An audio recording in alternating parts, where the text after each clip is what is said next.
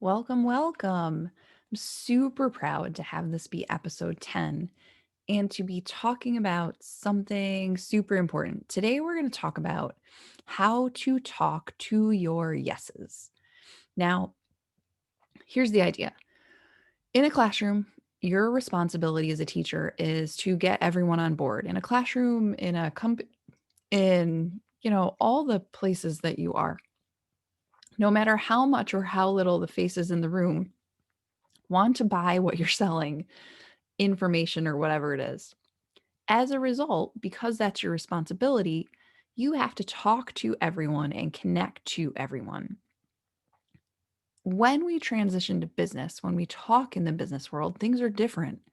You are not responsible for getting everyone on board or talking to everyone. You only have to talk to your yeses. And those are the people that are like 100% sold on what you do.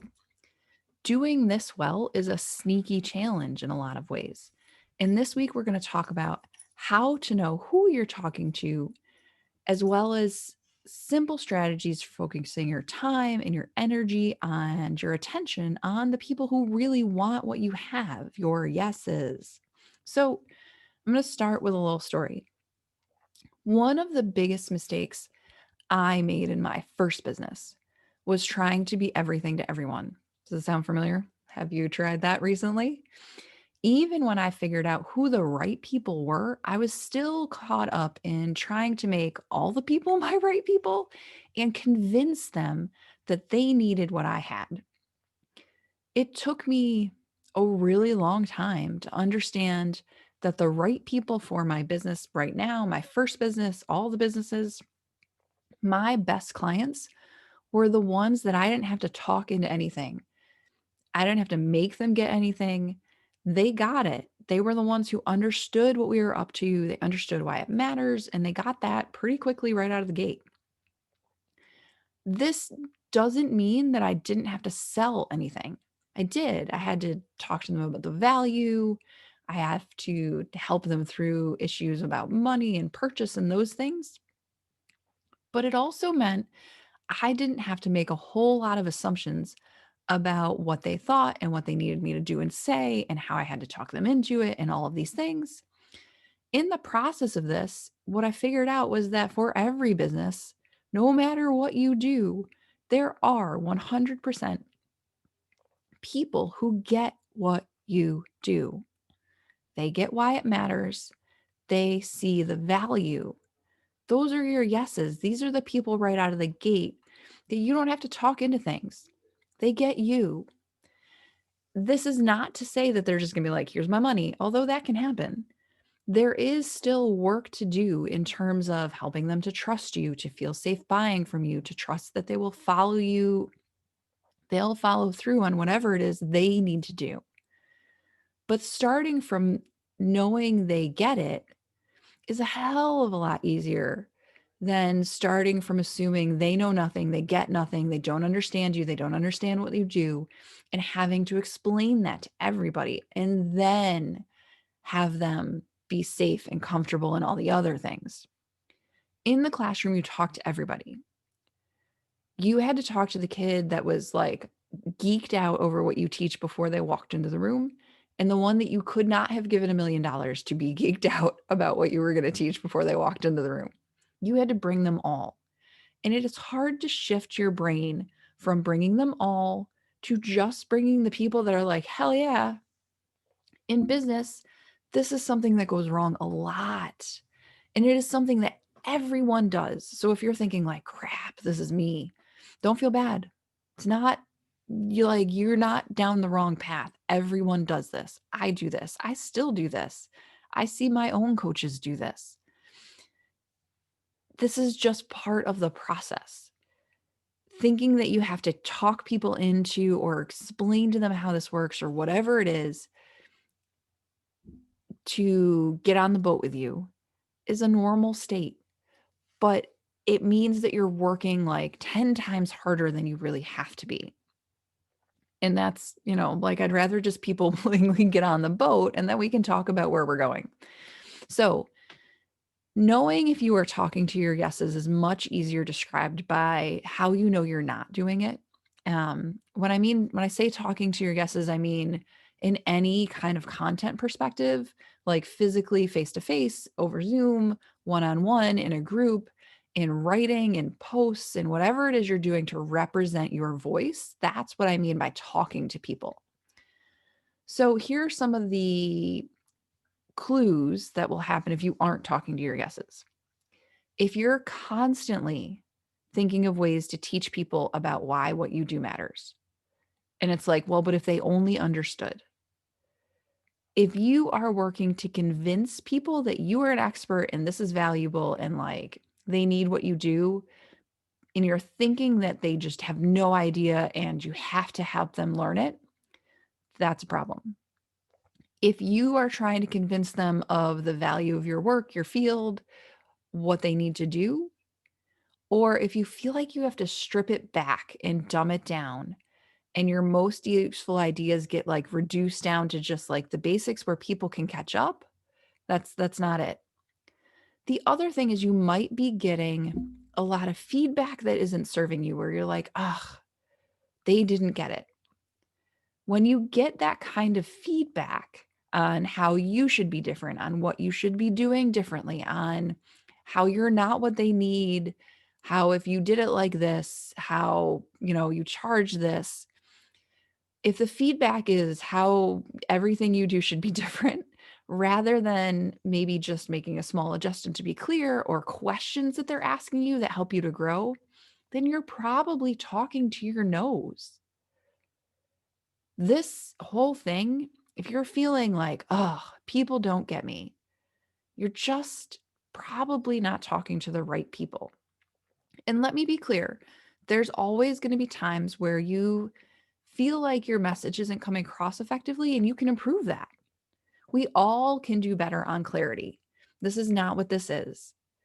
When we're talking about what we're talking about today, this is the kind of thing that's like you're feeling like you have to convince everyone. And when you're doing that and you're getting super frustrated as a result, it's because you're really spending the energy to get on board the people who are not on board. Think of it like yoga. Some people are like, yeah, yeah, yeah, I'm all game. Let me go try yoga. And some people are like, not on your life. And if you focused on the not on your life people, it's a lot heavier lift to get them to yoga class than the people who are like, yeah, what time? I love yoga. Or I've always wanted to try yoga. We want to talk to them. Like they always wanted to try yoga. Hell yeah, let's do that. But the people that were like over my dead body, let them go do something else. They can go run laps or whatever. That's fine. So if you're talking to your nose, know that again, I'm going to repeat that. It's normal. We all do this. I do this. My clients do it. My colleagues do it. It's normal. Don't be bad at yourself. Just think like, oops, here I am. Let me reset. And then here's the reset. First, step one, reconnect with yourself and the value of what you do. Stop listening to everyone else. Pause. Take them out of your space, out of your brain, out of your mind. Do you believe the work you do matters? Why? How does the work you do help people? What difference does it make in their lives? Who have you helped already? And what has been the impact of that? What is the potential for humans, for other people in the work you do? And how is it more than worth the money you're asking them to pay? Sometimes just doing this reconnection is all you need. It might be the only step. You might have to be able to just like shake it out and go like, "Oh, wait. I don't have to talk people into this. This is life-changing. You know what? People get what I can do. I'm going to talk to them. Okay, wait. I got it. Okay." If that's not quite enough, go to the next step. Here's the second step. The next step is to think of someone who does get what you do. There is at least one person that was like, yes, I get that. I get you. They are a yes. Imagine them in your head, hold them in your mind. What is it that they get? Why do they value your work? Why do they value the kind of work you do? What do they get out of it? How does it help them? Yes, these questions are similar to that first set, that reset about value. But what you're doing here is you're flipping the perspective.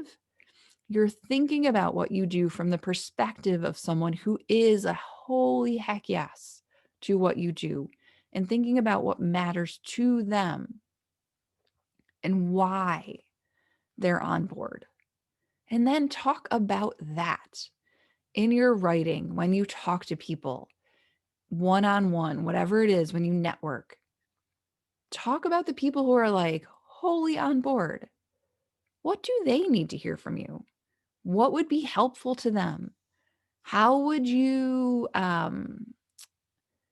give to them, teach them, sell to them, knowing that they're like, heck yeah, I want more of that?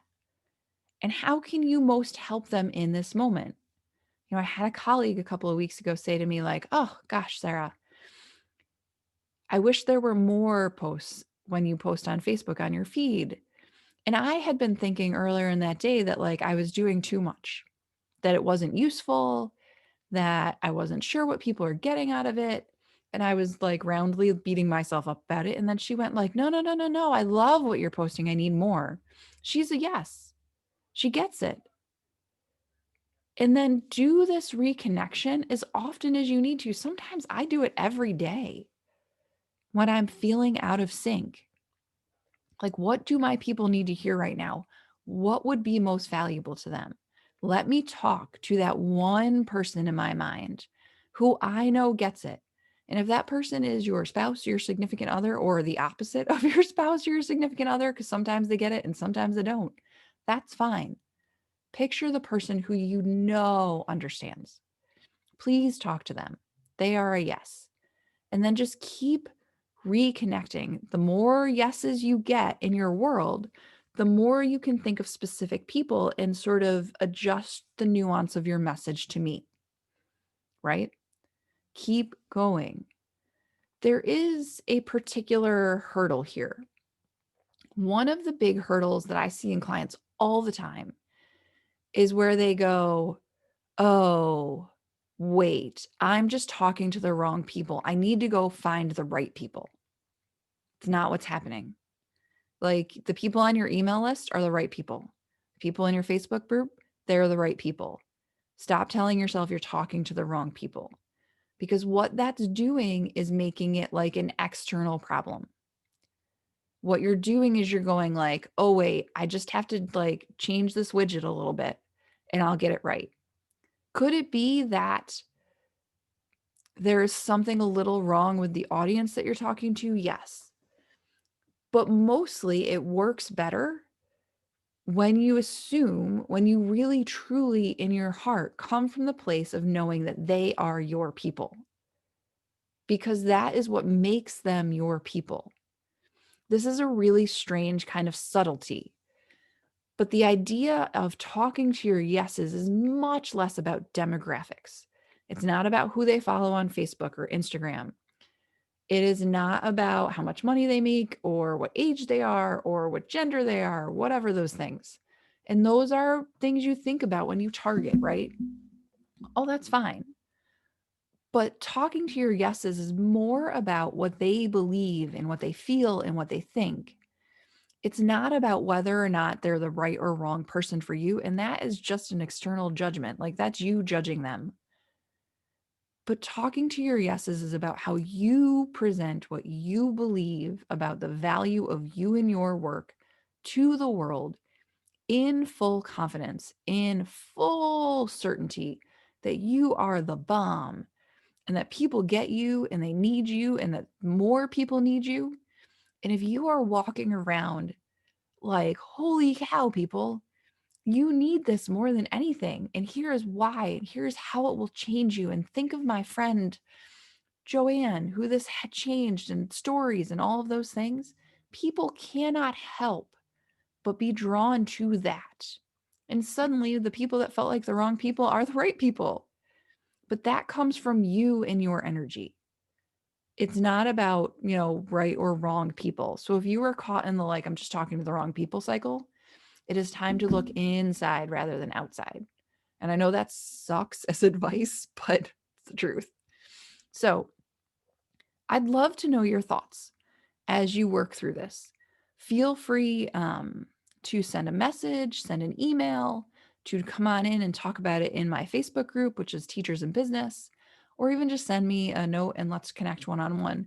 This is something I talk about with my clients a ton. It's something I think a lot about myself.